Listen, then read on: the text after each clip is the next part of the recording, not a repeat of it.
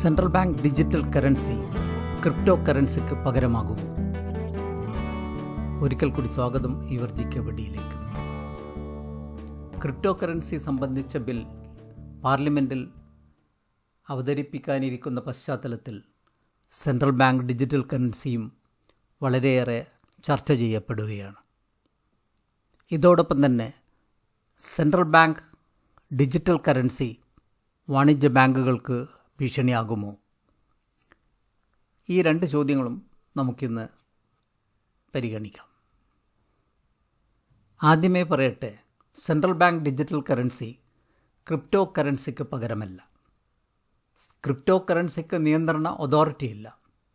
അത്തരം നിയന്ത്രണങ്ങൾ വ്യക്തിയുടെ സ്വാതന്ത്ര്യത്തിലേക്കുള്ള കടന്നുകയറ്റമാണ് എന്ന ഒരു ചിന്തയാണ് ക്രിപ്റ്റോ കറൻസിയുടെ ആധാരം തന്നെ.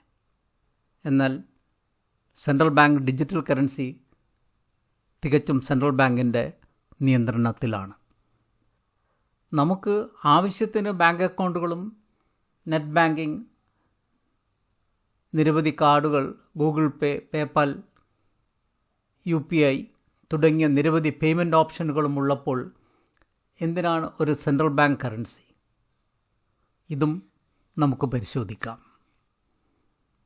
എനിക്ക് ബാങ്കിൽ 10 ലക്ഷം രൂപ ഉണ്ടെന്ന് കരുതുക. ബാങ്കിൻ്റെ കയ്യിൽ അത് എനിക്ക് തിരിച്ചു തരാമെന്ന പ്രോമിസ് മാത്രമാണ്. ഞാനൊരു 5 ലക്ഷം രൂപയുടെ ഒരു പേയ്മെൻറ്റ് ബൈ ചെക്ക് നടത്തിയാൽ സാധാരണഗതിയിൽ ആ ചെക്ക് പേയ്മെൻ്റ് ആകുന്നു. എന്നാൽ ചെക്ക് പേയ്മെൻറ്റ് നടക്കുന്നതിന് മുന്നേ ബാങ്ക് ഫെയിലാവുകയാണെങ്കിൽ നിരവധി ബാങ്ക് ഫെയിലിയറുകളുടെ കഥകൾ നാം കേൾക്കുന്നുണ്ടല്ലോ. ചെക്ക് കൊടുത്ത ആൾക്ക് ക്യാഷ് കൊടുക്കാനുള്ള ബാധ്യത നിലനിൽക്കുന്നു. ബാങ്ക് ഡെപ്പോസിറ്റുകൾക്ക് 5 ലക്ഷം വരെ ഡെപ്പോസിറ്റ് ഇൻഷുറൻസ് ഉള്ളതുകൊണ്ട് അത് സംബന്ധിച്ച നടപടികൾ പൂർത്തിയാക്കുന്ന മുറക്ക് എനിക്ക് 5 ലക്ഷം രൂപ ലഭിക്കാം. ബാക്കി 5 ലക്ഷം രൂപ ഒരു ചോദ്യചിഹ്നമാണ്. റിസർവ് ബാങ്ക് മറ്റേതെങ്കിലും ബാങ്കുമായി അമാൽഗമേഷൻ സ്കീം കൊണ്ടുവരികയാണെങ്കിൽ അതിൻ്റെ നിബന്ധന പ്രകാരം കാശ് ലഭിക്കാം. അല്ലെങ്കിൽ ആ ബാങ്ക് ലിക്വിഡേഷൻ പ്രൊസീഡിങ്സൊക്കെ കഴിഞ്ഞ് എന്തെങ്കിലും കിട്ടാനുണ്ടെങ്കിൽ കിട്ടും. അതൊരു നീണ്ട കാത്തിരിപ്പാണ് എന്ന് പറയണ്ടല്ലോ. എന്നാൽ സെൻട്രൽ ബാങ്ക് ഡിജിറ്റൽ കറൻസി ക്യാഷിന് തുല്യമാണ്. അത് ലീഗൽ ടെൻഡറാണ്. ഞാൻ 5 ലക്ഷം രൂപ കൊടുക്കാനുള്ള ആൾക്ക് 5 ലക്ഷം CBDC കൊടുക്കുകയായിരുന്നെങ്കിൽ എൻ്റെ ബാധ്യത തീർന്നു. സെൻട്രൽ ബാങ്ക് ഡിജിറ്റൽ കറൻസി നടപ്പാക്കുന്ന കാര്യത്തിൽ ഇന്ന് ലോകമെമ്പാടും എന്താണ് സ്ഥിതി എന്ന് ഒന്ന് പരിശോധിക്കാം. സെൻട്രൽ ബാങ്ക് ഡിജിറ്റൽ കറൻസി തുടങ്ങിയ ആദ്യത്തെ മേജർ സമ്പദ് വ്യവസ്ഥയാണ് ചൈന. 2021 ഏപ്രിലിൽ ഒരു പൈലറ്റ് പ്രോജക്റ്റ് അവിടെ ലോഞ്ച് ചെയ്യപ്പെട്ടിട്ടുണ്ട്. ചൈനീസ് യുവാൻ, അതിൻ്റെ ഡിജിറ്റൽ പതിപ്പാണ് ഡിജിറ്റൽ റെൻമിൻബി. സാധാരണ പോലെ ചൈനയെ സംബന്ധിച്ചുള്ള കാര്യമായതുകൊണ്ട് ഈ പരീക്ഷണത്തിൻ്റെ വിശദ വിവരങ്ങൾ നമുക്ക് ലഭ്യമല്ല. എന്നാൽ 2022 ബെയ്ജിങ്ങിൽ നടക്കുന്ന വിൻ്റർ ഗെയിംസിനോടനുബന്ധിച്ച് ചൈന കൂടുതലായി ഡിജിറ്റൽ റെൻമിൻബി ഉപയോഗിച്ച് തുടങ്ങും എന്നാണ് അറിയുന്നത്. സ്വീഡനാണ് പരീക്ഷണങ്ങൾ നടക്കുന്ന മറ്റൊരു രാജ്യം. 2023 ക്യാഷ്ലെസ് ആകുമെന്ന് പ്രതീക്ഷിക്കുന്ന ഒരു എക്കോണമി. ക്യാഷിൻ്റെ ഉപയോഗമില്ലാതാകുമ്പോൾ പിന്നെ ക്യാഷിന് സബ്സ്റ്റിറ്റ്യൂട്ട് ആവശ്യമില്ലല്ലോ. പക്ഷേ ഈ ക്രോണ ഒരു സ്റ്റാൻഡ് ബൈ പേയ്മെൻറ്റ് ഓപ്ഷൻ എന്ന രീതിയിൽ പേയ്മെൻറ്റ് സിസ്റ്റത്തിന് സ്റ്റെബിലിറ്റി നൽകുമെന്ന് അവർ കരുതുന്നു. സെൻട്രൽ ബാങ്ക് ഡിജിറ്റൽ കറൻസി എങ്ങനെയാണ് വർക്ക് ചെയ്യുന്നത് എന്ന് അറിയാൻ സെൻട്രൽ ബാങ്ക് ഡിജിറ്റൽ കറൻസി ആദ്യമായി ഇറക്കിയ ബഹാമാസിൻ്റെ ഉദാഹരണം നോക്കാം. ബഹാമാസ് ഒരു വളരെ ചെറിയ രാജ്യം എന്ന നിലയിൽ ഇതിന് പരിമിതികളുണ്ട്. എന്നാൽ ഒരു ട്രാൻസ്പാരൻറ്റ് മോഡൽ എന്ന നിലയിൽ നമുക്ക് പഠിക്കാൻ ഏറ്റവും സൗകര്യപ്രദവുമാണ്. ഏകദേശം 3.98 ലക്ഷം ആളുകളുള്ള 10,000-ഓളം സ്ക്വയർ കിലോമീറ്റർ ഏരിയയുള്ള 700 ചെറിയ ദ്വീപുകളുടെ സമൂഹമാണ് ബഹാമാസ്. ഇതിൽ 30ഓളം ദ്വീപുകളിലെ ജനവാസമുള്ളൂ. ടൂറിസം, ഓഫ്ഷോർ ബാങ്കിംഗ് എന്നിവയാണ് സമ്പദ് വ്യവസ്ഥയുടെ അടിസ്ഥാനം. 1973 ഈ രാജ്യം ബ്രിട്ടനിൽ നിന്ന് സ്വാതന്ത്ര്യം നേടി. ഔദ്യോഗിക ഭാഷ ഇംഗ്ലീഷാണ്. 80% ആളുകൾക്ക് ബാങ്ക് അക്കൗണ്ട് ഉണ്ടെങ്കിലും അവിടെ ക്യാഷ് ഉപയോഗം അധികമാണ്. നിരന്തരമുള്ള ചുഴലിക്കാറ്റുകളും തീവ്ര കാലാവസ്ഥയും ദ്വീപുകളിൽ ക്യാഷ് മാനേജ്മെൻറ്റ് ദുഷ്കരമാക്കുന്നു. ഓഫ്ലൈനായും ഉപയോഗിക്കാവുന്ന ഒരു സെൻട്രൽ ബാങ്ക് ഡിജിറ്റൽ കറൻസി അത്തരം പരിതസ്ഥിതിയിൽ വളരെ ആശ്വാസമാകും. സാൻഡ് ഡോളർ എന്ന് വിളിക്കുന്ന ബഹാമയുടെ central bank digital currency 2020 October 20 launch ചെയ്യപ്പെട്ടത്. എക്സ്യൂം എന്ന പൊതുവെ പിന്നോക്കാവസ്ഥയിലുള്ള ഒരു ഡിസ്ട്രിക്റ്റിലാണ് 6 മാസത്തെ ഈ പൈലറ്റ് പ്രോജക്റ്റ് ആരംഭിച്ചത്. ഈ അവസരത്തിൽ ബഹാമാസ് സെൻട്രൽ ബാങ്ക് വ്യക്തമാക്കിയ ചില കാര്യങ്ങളുണ്ട്. സാൻഡ് ഡോളർ ബഹാമാസ് ഡോളറിൻ്റെ ഡിജിറ്റൽ വേർഷൻ ആണ്.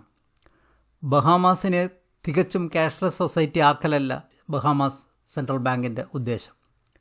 കറൻസി നോട്ടുകളുടെ ഡ്യൂറബിലിറ്റി കൂട്ടുക, ഇടപാടുകളുടെ സെക്യൂരിറ്റി കൂട്ടുക, ഇതൊക്കെയാണ് അവർ ഉദ്ദേശിക്കുന്നത്. എല്ലാ വിഭാഗങ്ങൾക്കും സേവനങ്ങൾ കുറവ് കിട്ടുന്ന പ്രായമായവർക്കും സാമുദായികവും സാമ്പത്തികമായി പുറകിലുള്ളവർക്കു കൂടി ഇൻക്ലൂസീവായ ഒരു സിസ്റ്റമാണ് ബഹാമാസ് ഉദ്ദേശിക്കുന്നത്.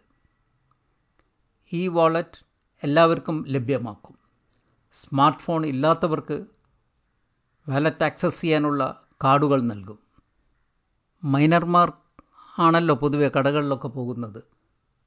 പാരൻറ്റിൻ്റെ സമ്മതത്തോടെ ഈ കുട്ടികൾക്കും ഈ വാലറ്റിലേക്ക് ആക്സസ് നൽകും.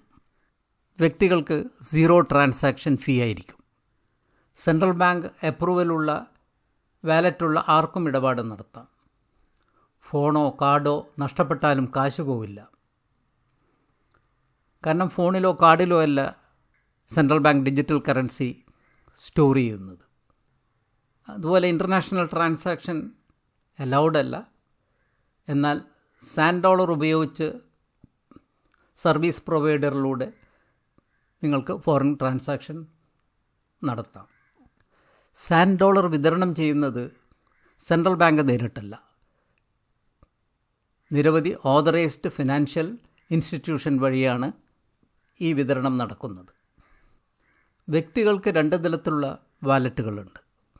$500 വരെ ഹോൾഡിംഗ് ലിമിറ്റുള്ള, മാസം $1,500 വരെ ചിലവാക്കുന്ന ഒരു അക്കൗണ്ട്. ഈ അക്കൗണ്ട് തുടങ്ങാൻ ഒരു ഫോട്ടോ ഐഡൻറ്റിറ്റി ഇല്ലെങ്കിലും ഇമെയിൽ ഐഡിയും ഫോൺ നമ്പറും ഉണ്ടായാലും അനുവദിക്കുന്നു. ഈ അക്കൗണ്ടിന് ബാങ്ക് അക്കൗണ്ടുമായി ലിങ്കിങ് അനുവദനീയമല്ല. ടയർ 2 ഈ വാലറ്റിൽ 8,000 വരെ ഹോൾഡിങ്ങും 10,000 വരെ മന്ത്ലി ട്രാൻസാക്ഷൻ ലിമിറ്റും ഉണ്ടായിരിക്കും. ഇതിന് ശരിയായ KYC പ്രൊസീജിയർ കംപ്ലീറ്റ് ചെയ്തിരിക്കണം. ഇതുപോലെ ബിസിനസ്സുകൾക്ക് 8,000 മുതൽ 10 ലക്ഷം വരെ ഹോൾഡിംഗ് ലിമിറ്റും അൺലിമിറ്റഡ് ട്രാൻസാക്ഷൻ ലിമിറ്റുമായിരിക്കും. മർച്ചൻ്റ് വാലറ്റുകൾ ബാങ്ക് അക്കൗണ്ടുമായി കണക്ട് ചെയ്തിരിക്കണം. അവർക്ക് വാലിഡ് ബിസിനസ് ലൈസൻസ്, വാറ്റ് സർട്ടിഫിക്കറ്റ് ഇവയൊക്കെ ഉണ്ടായിരിക്കണം. ബഹാമാസ് നമുക്ക് പഠിക്കാൻ പറ്റിയ ഒരു മോഡലാണെന്ന് പറയുമ്പോൾ ഞാൻ പറഞ്ഞു സിസ്റ്റം വളരെ ട്രാൻസ്പാരൻ്റ് ആണെന്ന്. സ്ക്രീനിൽ sandollar.bs എന്ന സൈറ്റ് കാണാം. അതിൽ വീഡിയോസിലുള്ള ഒരു ഇൻ്റർവ്യൂവിൻ്റെ സ്ക്രീൻഷോട്ടാണ് നിങ്ങൾ കാണുന്നത്. Central bank governor John Rolle CNN correspondent Julia ചാറ്റർലിയുമായി സംസാരിക്കുന്ന വീഡിയോ അവരുടെ സൈറ്റിൽ അവൈലബിളാണ്. ഈ സംഭാഷണത്തിൽ അദ്ദേഹം സാൻഡ് ഡോളറിനെ പറ്റി വിശദമായി വിവരിക്കുന്നുണ്ട്. sanddollar.bs എന്ന സൈറ്റ് ആക്സസ് ചെയ്ത് ബഹാമാസ് സെൻട്രൽ ബാങ്ക് ഡിജിറ്റൽ കറൻസിയെ പറ്റി നിങ്ങൾക്ക് വിശദമായി മനസ്സിലാക്കുവാൻ സാധിക്കും. ഇത് സംബന്ധിച്ച വിശദമായ വിവരങ്ങളും കറൻസി ഉപയോഗിക്കുന്നതിന് കസ്റ്റമറെ എഡ്യൂക്കേറ്റ് ചെയ്യുന്ന വീഡിയോകളും വളരെ സിമ്പിൾ ആൻഡ് റിച്ച് എന്ന് പറയാം. ജോൺ റോൾ അദ്ദേഹത്തിൻ്റെ ഇൻ്റർവ്യൂവിൽ ഇതിൻ്റെ ഫിലോസഫി എന്താണെന്നും വളരെ വിശദമായി പ്രതിപാദിക്കുന്നുണ്ട്. അടുത്ത ചോദ്യം, സെൻട്രൽ ബാങ്ക് ഡിജിറ്റൽ കറൻസി ഇന്നത്തെ ബാങ്കിംഗ് ഘടനയ്ക്ക് ഭീഷണി ആണോ എന്നതാണ്. ഭീഷണിയാണെന്ന് പറയാൻ കഴിയില്ല. പക്ഷേ തീർച്ചയായും ബാങ്കിംഗ് ഘടനയിൽ സമൂലമായ മാറ്റങ്ങൾ സംഭവിക്കും. ഡിസിൻറ്റർമീഡിയേഷൻ അല്ലെങ്കിൽ ഇടനിലക്കാരെ ഒഴിവാക്കൽ ബാങ്കിങ്ങിൽ കാലാകാലങ്ങളായി ഒട്ടേറെ മാറ്റങ്ങൾ ഉണ്ടാക്കിയിട്ടുണ്ട്. ഒരു കാലത്ത് ഇൻവെസ്റ്റേഴ്സ് ബാങ്കുകളിൽ നിക്ഷേപിക്കുകയും വ്യവസായങ്ങളും ബിസിനസ്സുകളും മൂലധനത്തിനായി ബാങ്കുകളെ സമീപിക്കുകയും ചെയ്തു. പിന്നീട് അവർ മാർക്കറ്റിൽ നിന്ന് നേരിട്ട് മൂലധനം സമാഹരിച്ചു തുടങ്ങി. അപ്പോൾ ബാങ്കുകൾ മർച്ചൻ്റ് ബാങ്കിങ്ങും മ്യൂച്വൽ ഫണ്ടും സംരംഭങ്ങൾ ഉണ്ടാക്കി. സെൻട്രൽ ബാങ്ക് ഡിജിറ്റൽ കറൻസി വരുമ്പോഴും സെൻട്രൽ ബാങ്ക് നേരിട്ടല്ല, ഓതറൈസ്ഡ് ഇൻസ്റ്റിറ്റ്യൂഷൻ വഴിയാണ് central bank digital currency distribute ചെയ്യുന്നത്. ഈ വാളറ്റ് സൗകര്യങ്ങൾ ഏർപ്പെടുത്തുന്നതും ഇത്തരം ഏജൻസികളാണ്. അങ്ങനെ അവിടെ ഇൻ്റർമീഡിയേഷന് ഒരു സ്പേസ് സൃഷ്ടിക്കപ്പെടുന്നുണ്ട്. ബഹാമാസിലാണെങ്കിലും ചൈനയിലാണെങ്കിലും ഇത്തരം ഇൻ്റർമീഡിയറ്റ്സ് ഉണ്ട്. വീണ്ടും സെൻട്രൽ ബാങ്ക് ഡിജിറ്റൽ കറൻസി ഇന്നത്തെ ബാങ്കിംഗ് ഘടനയ്ക്ക് ഭീഷണിയാണോ എന്ന ചോദ്യത്തിലേക്ക്, നമുക്കറിയാവുന്ന ബഹാമാസിൻ്റെ സാൻഡ് ഡോളർ സ്കീമിൽ central bank digital currency hold ചെയ്യുവാൻ പരിമിതികൾ നിഷ്കർഷിച്ചിട്ടുണ്ട്. പിന്നെ പല രാജ്യങ്ങളും ക്യാഷ്ലെസ് ആയിക്കൊണ്ടിരിക്കുകയാണ്.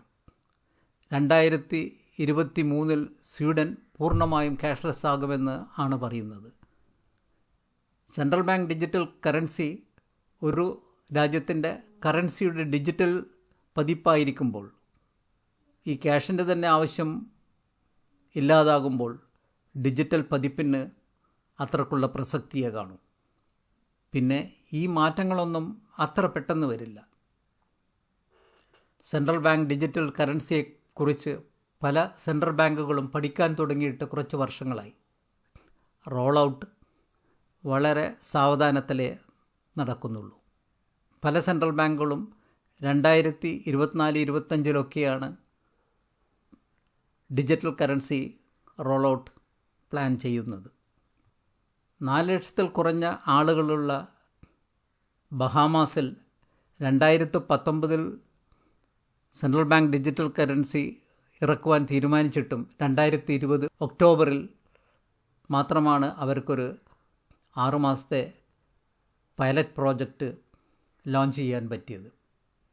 ബഹാമ സെൻട്രൽ ബാങ്ക് ഗവർണർ പിന്നീട് നടന്ന അവലോകനങ്ങളിൽ പറയുന്നുണ്ട്, ഞങ്ങളുടെ റോൾ ഔട്ട് വളരെ സാവകാശത്തിൽ ആയിരിക്കുമെന്ന്.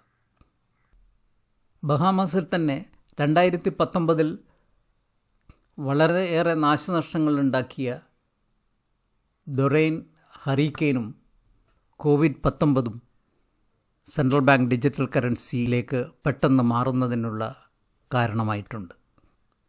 ഇന്ത്യയിൽ ഇന്ന് സേവിങ്സിന് നൽകുന്ന പലിശ നിരക്ക് നോക്കുമ്പോൾ സെൻട്രൽ ബാങ്ക് ഡിജിറ്റൽ കറൻസി വരുമ്പോൾ അതിലേക്ക് കുറേ നിക്ഷേപങ്ങൾ മാറ്റപ്പെടാം. പിന്നെ ഈ ഡിജിറ്റൽ കറൻസി കൈകാര്യം ചെയ്യാൻ എളുപ്പമാണ്. അത് മോഷണം പോകുമെന്നൊന്നും പേടിക്കേണ്ടതുമില്ല. ഇങ്ങനെയൊരു പരിസ്ഥിതി വരുമ്പോൾ പലിശ നിരക്ക് കൂട്ടുവാനുള്ള ഒരു പ്രഷർ ബാങ്കുകളുടെ മേൽ ഉണ്ടാവാൻ സാധ്യതയുണ്ട്. Central bank digital currency crypto കറൻസിക്ക് പകരമല്ല. എന്നാൽ സെൻട്രൽ ബാങ്ക് ഡിജിറ്റൽ കറൻസിയും വ്യാപകമായ മാറ്റങ്ങൾ നമ്മുടെ സമ്പദ് വ്യവസ്ഥയിൽ ഉണ്ടാക്കും. സെൻട്രൽ ബാങ്ക് ഡിജിറ്റൽ കറൻസി ഇടപാടുകാരെ സംബന്ധിച്ചിടത്തോളം ഓഡിറ്റ് ട്രയൽ ഉണ്ടാക്കുമെന്നതുകൊണ്ട് മണി ലോണ്ടറിങ് നടത്തുന്നവർക്കും ടാക്സ് വെട്ടിപ്പുകൾ നടത്തുന്നവർക്കും താരതമ്യേന ബുദ്ധിമുട്ടായിരിക്കും. എന്തായാലും ഒരുപാട് മാറ്റങ്ങൾ ഇത് കൊണ്ടുവരും. സെൻട്രൽ ബാങ്ക് ഡിജിറ്റൽ കറൻസി വ്യാപകമായി ഉപയോഗിക്കപ്പെടുമ്പോൾ ഇത്രയധികം ATMകളുടെ ആവശ്യം നമുക്കുണ്ടാവില്ല.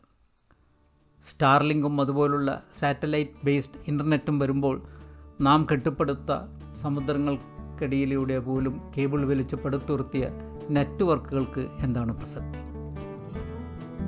അതെ, അങ്ങനെ പല മാറ്റങ്ങളും നാം പ്രതീക്ഷിക്കണം. വീണ്ടും വിചാരമില്ലാതെ നമ്മൾ പരിസ്ഥിതിയെ ഒരുപാട് കാലം ചൂഷണം ചെയ്തു. സുനാമികളും ചുഴലിക്കാറ്റുകളും മറ്റ് പ്രകൃതി ദുരന്തങ്ങളും തുടർക്കഥകളായി. സാമ്പത്തിക രംഗത്തും വീണ്ടും വിചാരമില്ലായ്മ സുനാമികളും ചുഴലിക്കാറ്റുകളും ദുരന്തങ്ങളും സൃഷ്ടിക്കും. മാറ്റങ്ങൾ സംഭവിക്കുമ്പോൾ ഇത്തരം ചോദ്യങ്ങൾ വന്നുകൊണ്ടേയിരിക്കും.